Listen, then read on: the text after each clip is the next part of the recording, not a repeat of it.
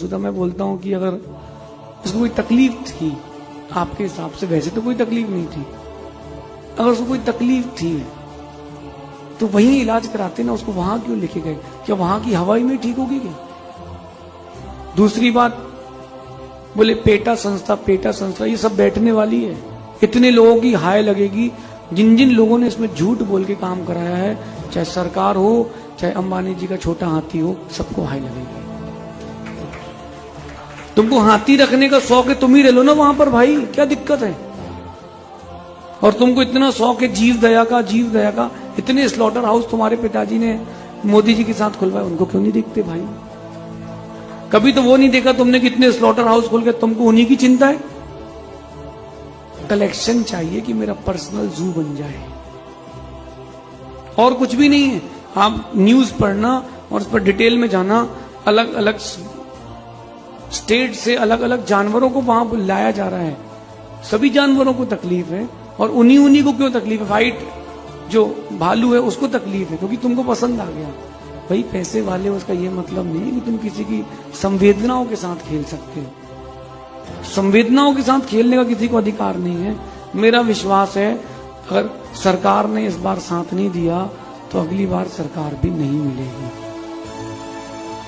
और मेरा महाराष्ट्र के लोगों से कहना है कि आपका आंदोलन आगे बढ़ेगा और धीरे धीरे पूरे भारत में ही वो आंदोलन फैलेगा।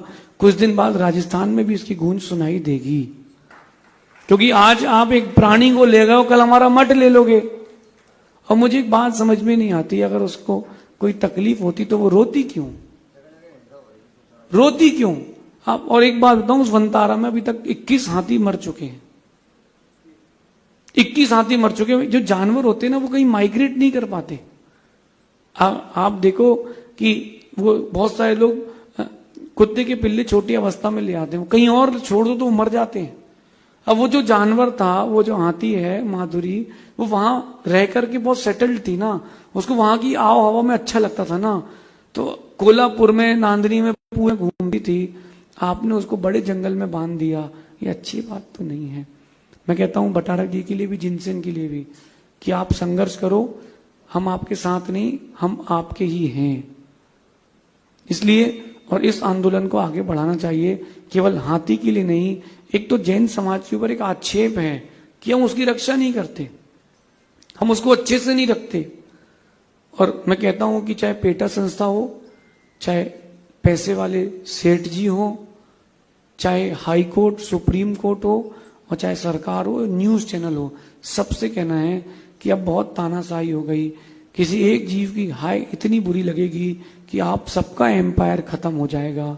किसी की हाय मत लो।